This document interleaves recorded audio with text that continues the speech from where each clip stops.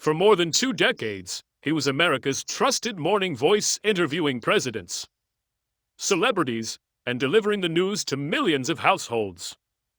Matt Lauer seemed untouchable, sitting at the pinnacle of his career with a reported fortune of $100 million. But everything unraveled in one shocking morning in November 2017. His co-hosts were forced to announce his firing live on air, their voices trembling as they revealed allegations of inappropriate sexual behavior. What happened afterward? Once powerful TV host disappeared from the public eye, lost friendships, and according to insiders, now lives as a recluse who only engages with those who support him. Yet behind the scenes, a story unfolded that no one saw coming. Matt Lauer's rise to becoming America's morning TV king began in 1994 when he joined the Today Show as a regular contributor. Unlike other journalists who struggled through celebrity interviews and routine news segments, Lauer had a natural charisma that connected deeply with viewers each morning. By 1997, NBC recognized his talent and promoted him to co-host alongside Katie Couric. Marking the start of his dominance in morning television, Lauer became the familiar face millions relied on for their daily news, weather, and entertainment. His interviews ranged from presidents to pop icons, cementing his reputation as a professional and charming figure, capable of handling any story. As his fame soared, so did his paycheck, climbing from hundreds of thousands to a staggering reported $25 million a year. This placed him among the highest-paid TV personalities in the nation, earning more than many Fortune 500 CEOs just to host a morning show. He amassed luxury properties in the Hamptons, enjoyed a lavish lifestyle, and appeared to have unshakable job security. But beneath the polished public image, a darker reality was quietly taking shape. While viewers saw a charming host who brightened their mornings, his colleagues experienced something very different. Quiet whispers began circulating about uncomfortable encounters, inappropriate comments, and behavior that crossed professional boundaries. Throughout the early 2000s and into the 2010s, these concerns stayed confined to hushed conversations in break rooms and private messages. No one felt ready to challenge a figure with Lauer's immense power and influence within the network. NBC was reaping massive profits from their star performer. The Today Show consistently led morning television ratings, generating hundreds of millions in advertising revenue. When a personality delivers such enormous financial success, uncomfortable questions tend to be ignored or minimized. But those uneasy questions about Lauer were slowly starting to surface. Reports later suggested that the network was aware of complaints and settlements years before his eventual firing. Yet, he kept his position because he was deemed too valuable to lose. This wasn't just about one man's career.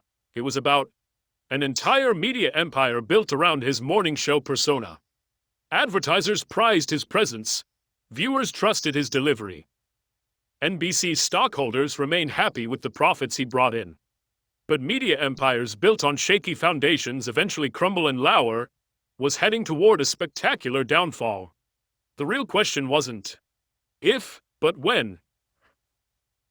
That moment came on a cold November morning in 2017, when a single complaint finally broke through the shield of power and protection he'd been wrapped in. For decades, NBC failed to recognize that the entertainment industry was undergoing a profound transformation. The #MeToo movement was gaining unstoppable momentum, and powerful men who once considered themselves untouchable found their defenses crumbling. Lauer was about to become the most prominent morning television casualty of this cultural shift. But even industry insiders, who thought they had seen it all, were shocked by how his fall unfolded. Warning signs had been there for years, hidden in plain sight during his most public moments.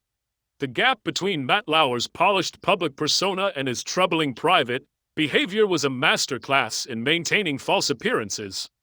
Some of those warning signs appeared in his televised interviews but were dismissed as awkward moments, rather than red flags. The 2012 Anne Hathaway interview is especially revealing in hindsight. Instead of focusing on her film or career, Lauer brought up paparazzi photos that had violated her privacy. He framed it as a wardrobe malfunction, turning an invasive breach of privacy into entertainment gossip. Hathaway responded with remarkable grace, pointing out that photographers shouldn't be taking such photos, and that society shouldn't commodify the sexuality of unwilling participants. Her articulate pushback highlighted the inappropriateness of Lauer's approach, exposed his troubling attitude toward women's boundaries and privacy. His interview with Sandra Bullock showed similarly problematic behavior. Lauer repeatedly referenced seeing her naked in a film, turning what should have been a professional promotional interview into something more like locker room talk. He joked about her nude scenes becoming his screensaver and refused to move past the topic despite her clear discomfort. The ease with which Lauer made inappropriate comments to high-profile celebrities hinted at how he might treat employees with far less power to push back. Behind the scenes, multiple sources reported that his behavior grew increasingly troubling as his influence expanded. The Today Show workplace was said to have a culture where inappropriate remarks and conduct were normalized, and anyone who spoke up risked being marginalized or removed. Later, footage surfaced showing Lauer making lewd comments when he believed the cameras were off. In one shocking incident, he asked a female staffer to remain bent over simply because he enjoyed the view. The power imbalance made these moments especially disturbing.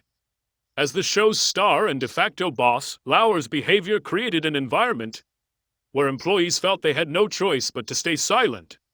Female staff members described feeling uncomfortable around Lauer, but powerless to challenge him. He was the show's primary revenue driver, the personality bringing in millions to NBC. Complaining about his actions felt like career suicide, especially when the network appeared more committed to protecting their profitable star than addressing workplace concerns. Sources detailed numerous occasions where Lauer commented on female employees' appearances, asked inappropriate questions about their personal lives, and crossed professional boundaries. The gap in power made resistance nearly impossible. Standing up to someone who could end careers with a single phone call demanded extraordinary bravery. Ann Curry's experience became a stark example of these toxic dynamics. As co-host, she should have been treated as an equal. But instead, she endured what she later described as professional torture during her final months on the show. When female employees confided in her about Lauer's behavior, she tried to escalate their concerns to human resources rather than acting on the complaints.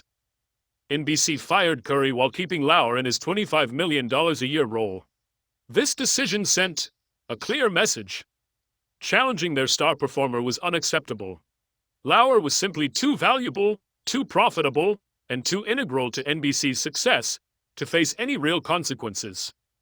This permissive environment allowed Lauer's behavior to escalate.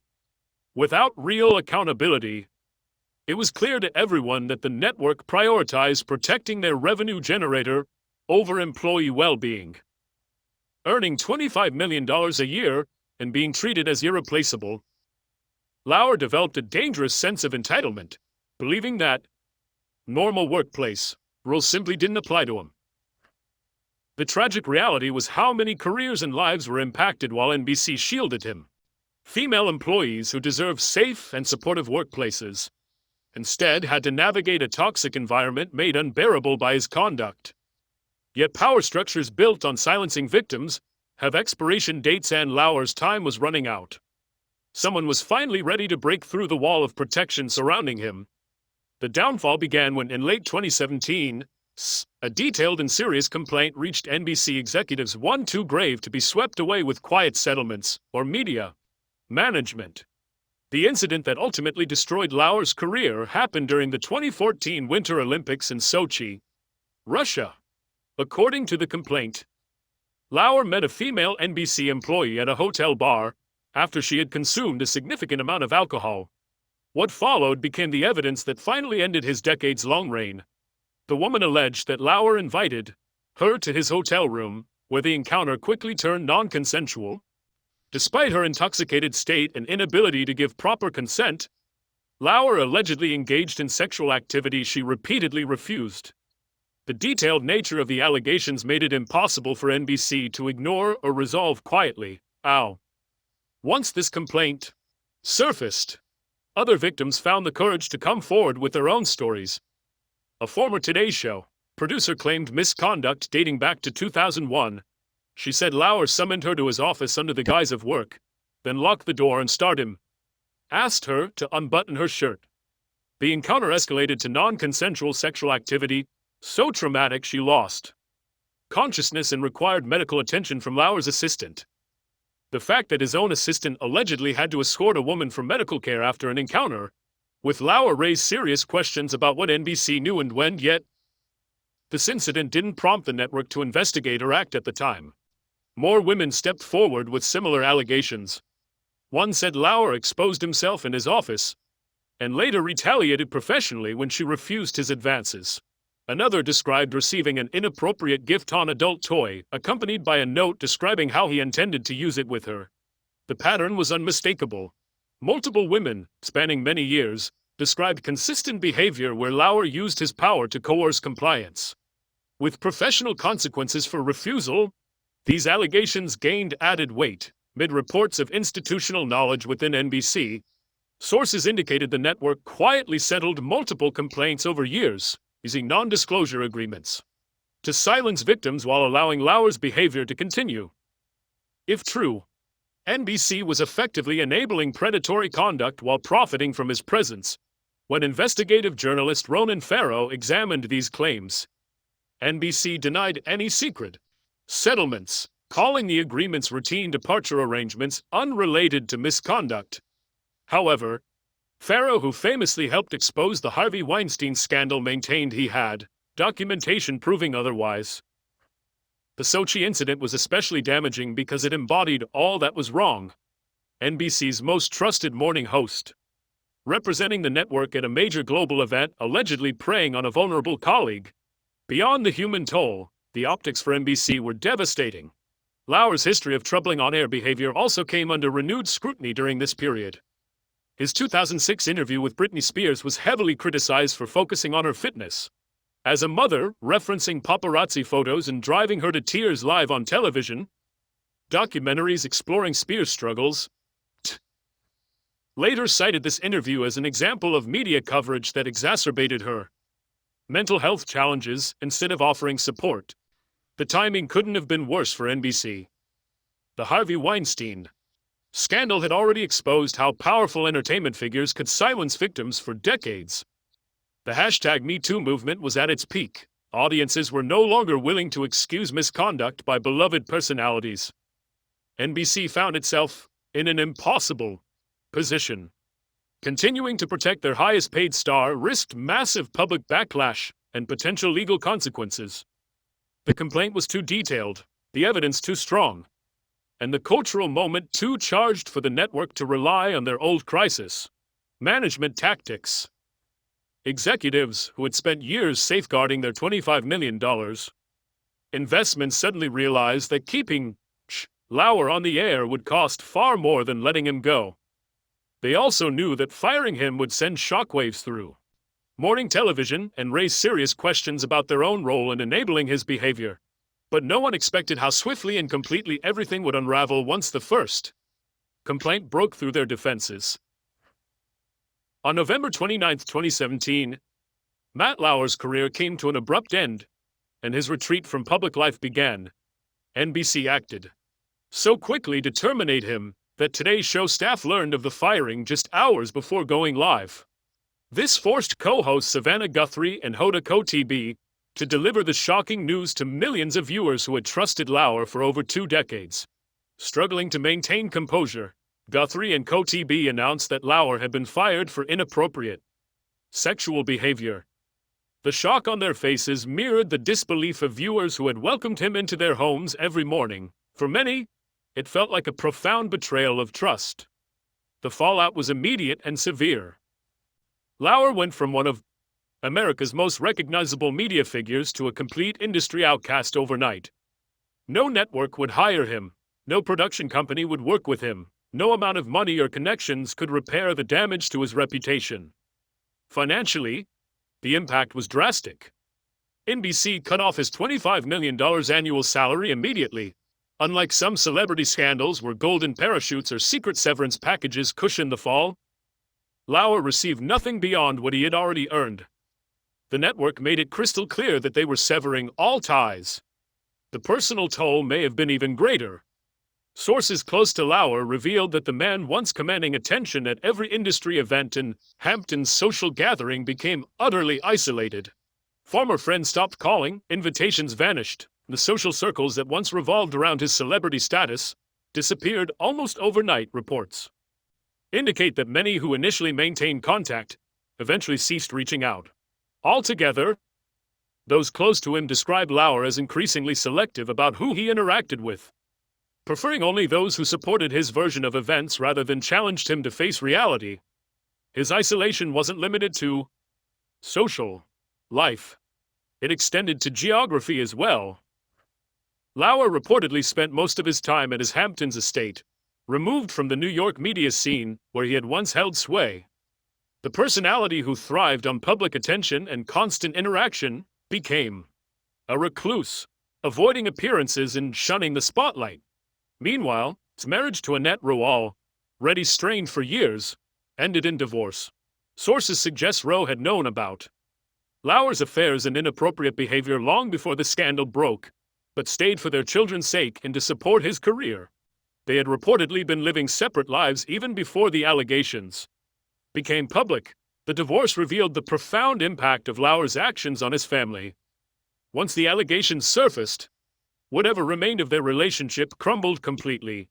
Rowe, who had endured years of private humiliation, finally walked away.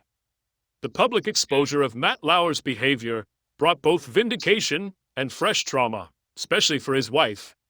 Yet what stood out most about Lauer's current mindset was his apparent refusal to fully accept responsibility for his actions.